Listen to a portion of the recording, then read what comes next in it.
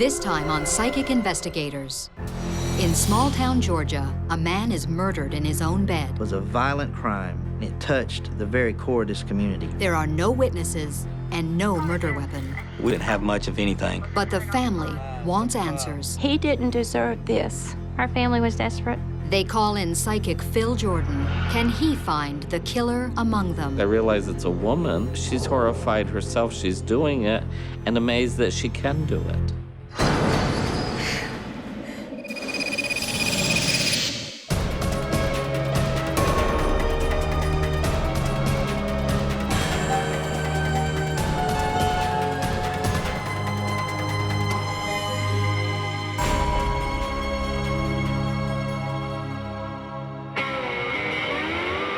Thomaston, Georgia, about an hour's drive from Atlanta.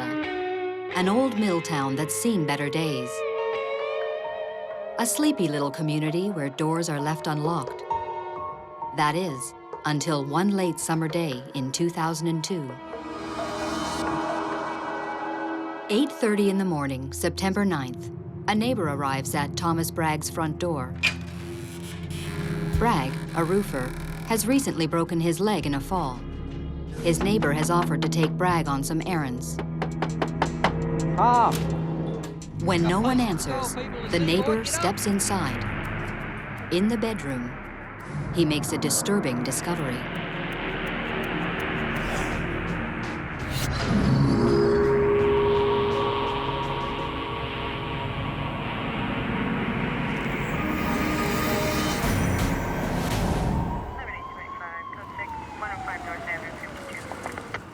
When we arrived on the scene, Mr. Bragg was in the bed. He had the pillow over his face. Sergeant Tim Ledbetter is the lead investigator. He was tucked in the bed like somebody had placed him there. But who? The killer? This is murder. Ledbetter calls the Georgia Bureau of Investigation for help. Special Agent Vaughn Estes immediately rules out robbery as the motive. This doesn't look right. You've killed a man here in this room. You didn't take anything. You didn't disturb anything. Everything's still in its place. This is TGA Action News. Mike Killerby reporting. A shocking discovery in Thomaston this morning. Police found the body of 46-year-old Thomas Bragg in his Fifth Avenue home. Police are asking anyone who has information about the case to call the Thomaston Police Department. Tom's daughter from a previous marriage is stunned by the news. My boss showed up and took me to my mother's house. Nobody would tell me anything. When I got to my mom's house, my mom told me what had happened to my dad. I was a daddy's girl.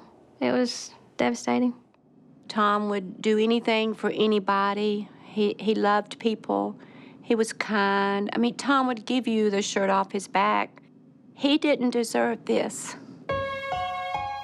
Tom and his twin brother Tim ran a roofing company in Thomaston.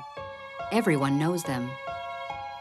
This case was a violent crime, and it touched the very core of this community. Everyone wanted closure to this case. And they wanted answers. Someone walked right in the front door, killed a man in the bed, and walked right back out the front door, and no one could believe that that could happen in Thomaston. It's a quiet, sleepy little town. But there was nothing quiet about Tom's marriage. His wife, Mary Ann, had been meeting men on the internet. Tim had been there earlier that day, and he said that they were fighting. My dad, he was pretty upset with the relationships that she had on the computer. But they had always fussed and fought. They had never gotten along, so this was nothing new to me. I told Tim Ledbetter that Mary Ann did not kill Tom, but I knew there was someone out there who did. Anytime you have a husband killed in the marital home, the spouse is going to be one of your top suspects. When Mary Ann Bragg arrives home, she's informed of Tom's murder and taken in for questioning. We took her into interview custody, towed her vehicle to check it out for any blood, any fibers. But during that interview, something disturbing emerges.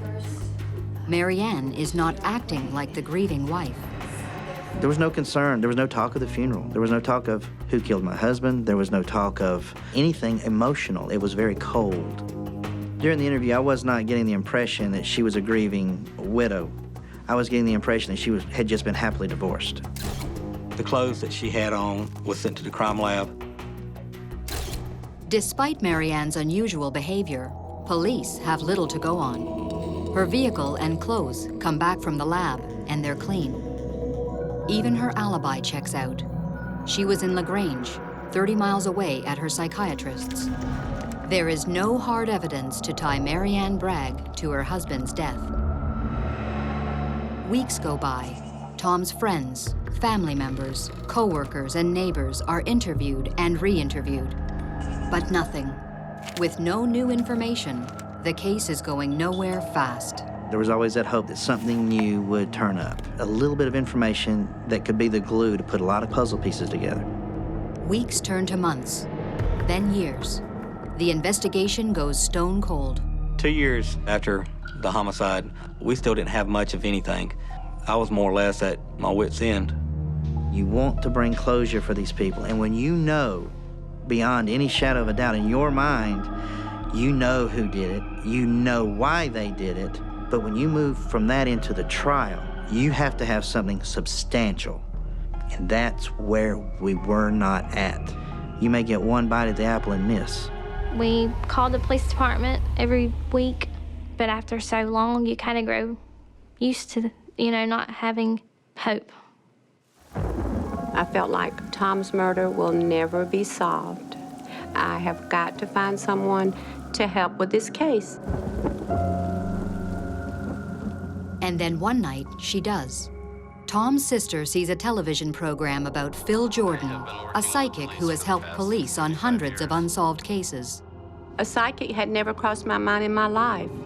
You hear so many horror stories about psychics, but we were desperate. When Linda calls Jordan at his home in upstate New York, all he asks for is a photo of the victim. No other information. When I work a police case, I take a picture of the person involved in the case, and I look at that picture and mentally perceive them as if it's like an intense daydream or a video going on in my head. Sometimes it moves rather slowly, but most of the time it moves very, very rapidly. It's very much like I'm walking with that person. December 2004, Phil Jordan and Linda Hunt talk over the phone. Phil records the session. What he says next could reignite the case, but will the police listen? Some sort of a blunt instrument, but having a sharp edge on one side of it.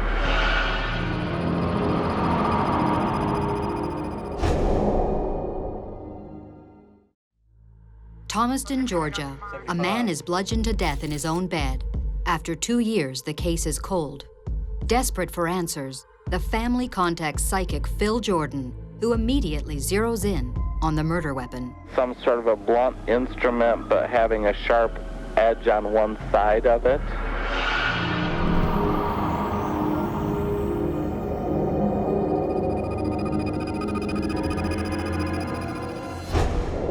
There's going to be a white one-story building.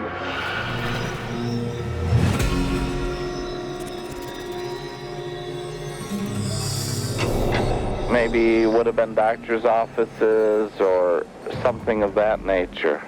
And it feels like there's got to be a man connected with that somehow has knowledge of or was involved in the commission of the crime. A white building. A blunt object. What does it mean? When I hung up that phone, I was on cloud nine. I knew we were fixing to get some help with Tom's murder. Thomas was a twin, and I can't perceive anything like that happening to my twin or a sibling and having it be unresolved. So I felt, for Linda's sake as well as for Thomas's sake, I had to do what I could to help resolve this case. But will the police take the word of a psychic seriously? I wasn't comfortable talking with Phil. I was always taught the scientific way of doing a case. You know, going for the evidence, going for the fibers, going for the fingerprints. Someone that saw something that didn't see something, I never believed. But we heard several things that nobody else would have known about the case except for the ones that were working the case. We still felt that Mary Ann was the key suspect, but still in 2004, we did not have the proper evidence to convict her, but we were still hopeful. 7825, code 6, 105 North Avenue. Although skeptical, the police have nothing to lose. They decide to bring Jordan to Thomaston. First place we went to was the location of the murder. No one had lived there since the murder. 7825, code 6. We allowed Phil to be on his own. We let him guide us. You immediately begin to feel the morbidity, the darkness of what happened there.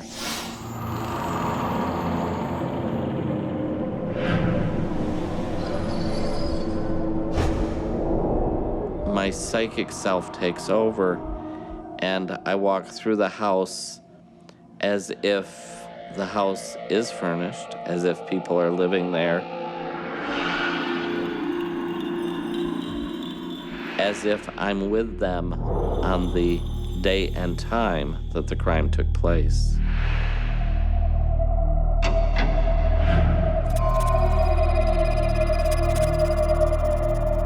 He kept seeing dollar signs. He mentioned that the reason that Thomas was killed was a good possibility that the motive was for money. When Phil, he was giving us the impression of what he saw, he didn't know that we knew about the insurance policy. We didn't tell him that we knew about the insurance policy. The police know that Mary Ann took out a $25,000 life insurance policy 7 months before Tom's death. But that on its own isn't enough to build a case. And to the left, there's a room that's intriguing to me. Psychically intriguing. There's something about that room.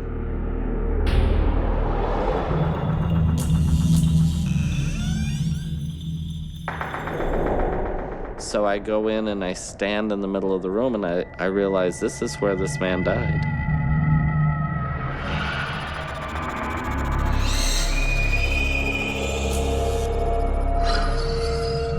He ended up taking us into the room where the murder had occurred without us even telling him where it was. He was able to tell us where the bed was laying, how Thomas was laying in the bed that nobody else knew about. It kind of hit home. It really did. Now the psychic seems to be channeling the victim.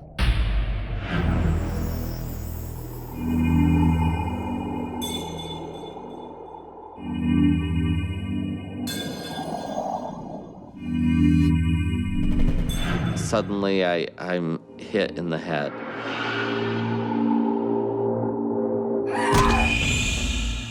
I can't move. This is somebody I knew, somebody that I loved. Why are they doing this to me? Even more chilling. Now he becomes the killer.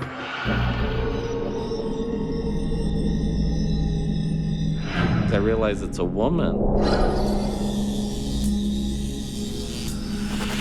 She's horrified herself. She's doing it and amazed that she can do it.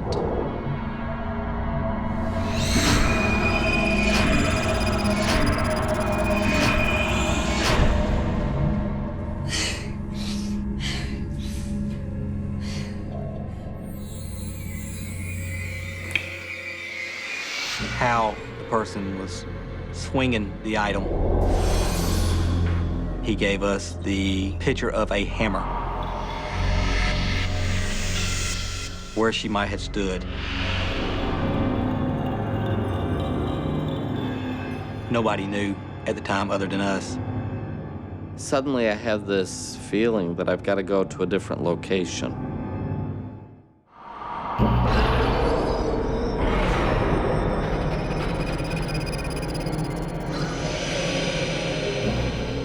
I leave the room, tell the detectives we've got to get in the car, and I will direct you to where we have to go. He wanted to get in the car and drive.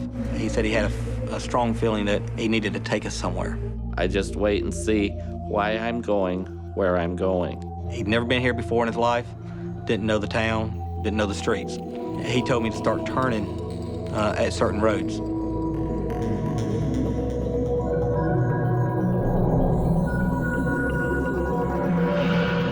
Now we have to go 2 blocks. We'll turn left.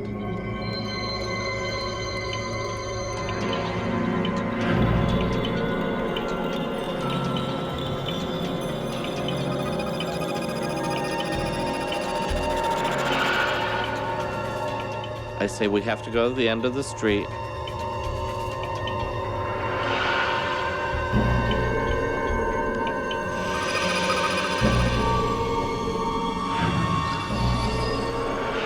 And turn right. We turn into a driveway, and I guess this is when I get cold chills, just thinking about looking back over it. At the same time, I was getting cold chills then. Code 6, 105 North Avenue, 52. There's something about that apartment that is connected to this crime.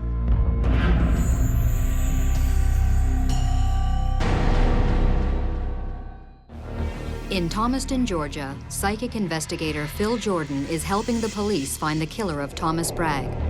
Jordan leads them to a house. But why this one? We turned into a driveway, which was an apartment complex. We pulled right in front of Mary Ann Bragg's front door, where Mary Ann Bragg was living at this time. How?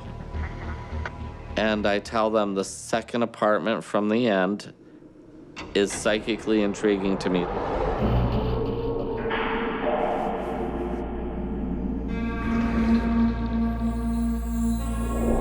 There's something about that apartment that is connected to this crime, and there is no doubt in my mind. That was just amazing. Without being told anything, Jordan has taken the cops straight to their original prime suspect's new home. They are convinced now, more than ever, that Mary Ann Bragg killed her husband. Before leaving Thomaston, Jordan offers the police more intriguing psychic clues. I sense copper, Louisiana,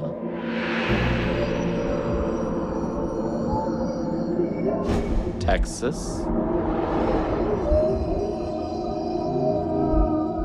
When I left Georgia, they said this case is going to end in conviction, and I knew that it would be resolved. Then, a few weeks later, the cryptic clues, copper, Louisiana, and Texas, become clear when an anonymous phone tip leads the police to Mary Ann's best friend. And her name was Penny Carter. So we thought, copper, Penny. And when we started looking for Miss Carter, she was no longer in Georgia. When they first interviewed Penny after the murder, she said nothing. Now, guided by Phil Jordan, the police track her down in Beaumont, right on the Texas-Louisiana border. Phil was on the track again. We were probably less than 30 miles from the Louisiana border and on the other side of Texas where we located her. We took her to one of the local police departments where we sat down and interviewed her. She drops a bombshell. Penny had been told by Mary Ann, not on one occasion, but 2 occasions, that she had killed Thomas. Phil Jordan's extraordinary insights and Penny Carter's explosive new information reignite the case. Take everyone's case file, everyone's interview, and categorize everything and get everything in a workable order, and then see what you have. Investigators re-examine Mary Ann's alibi for the time of the murder, a psychiatric appointment in LaGrange. Mary Ann's psychiatrist has steadfastly refused to break doctor-patient confidentiality. White, one-story building, maybe would have been doctor's offices. Got to be a man connected with that somehow has knowledge of the crime. But could the psychic be right? Does the key to this case lie in his session notes with Mary Ann on the morning of the murder? We were able to get the judge to issue the search warrant. We thought the information that was involved was more important than the patient confidentiality. And we were right. That was a pivotal piece of information. She's reporting to her psychiatrist, My husband's dead before the body's been discovered. I thought she was telling me the truth, and I believed her for a long time. Mary Ann Bragg is arrested on November 7th, 2005. 10 months later, the trial begins. Ms. Bragg, did you kill your husband? No, sir. The prosecution argues that Mary Ann Bragg struck her husband repeatedly on the left side of the head with a blunt instrument, covered his head with a pillow, and left for her doctor's appointment in LaGrange. As the trial unfolds, it becomes clear that Phil Jordan's visions were dead on. First, the cryptic connection to copper when Penny Carter tells the court what Mary Ann told her. What would you do or say if I killed Tom? Did you go to the police? No, I didn't. I was scared. Then, the doctor's notes from the morning of Tom Bragg's murder. Did Mary Ann Bragg see Dr. Andrews that day? The notes say that she did. Heath English is the assistant district attorney. The doctor's log indicated when he met with Mary Ann, she was quite upset. The reason for her state that morning was that her husband had been found dead. At that point in time, no one had contacted Mary Ann Bragg. And finally, the motive. The main motive in this particular case was money. After a 4-day trial, Mary Ann Bragg is found guilty and sentenced to life in prison. Her lawyers immediately file an appeal. When talking to people and they ask me who is the most cold and diabolical and ruthless person I've ever encountered, I say the name Mary Ann Bragg. Without the visions of psychic Phil Jordan, the evidence leading to her conviction may never have been found. How did he see what no one else could? I think many times people's skepticism allows them to close a door that they may have wished could have been left open. Her statements to Penny, the statements made to the doctor, helped bring everything together. And without those two, to this day, I don't think you'd have a complete picture. Dealing with Phil throughout this case, it opened my mind to think more outside the box. Phil Jordan, with the help of the detectives, I give all the credit to.